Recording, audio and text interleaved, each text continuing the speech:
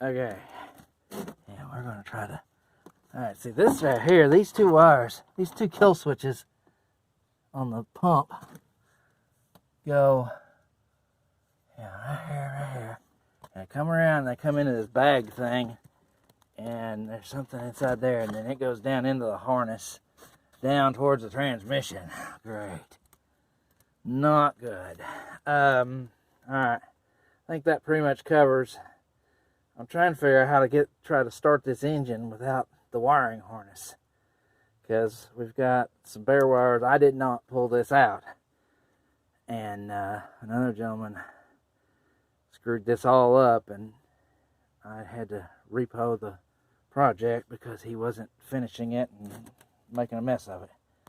So now I'm trying to figure out, just to get it started. It was a running engine in the truck that it came out of, and he's grafted this whole wiring harness into, you can see the gauge cluster over there, even the steering column and the ignition switch. I mean, it's all here, but we got a few wires like these right here that are hanging. I got 3 wires here that a mouse is 8.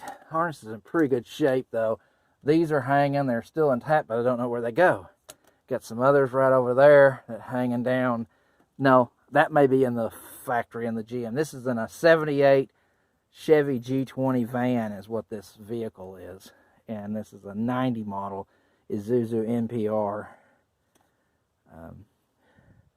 4BD1T.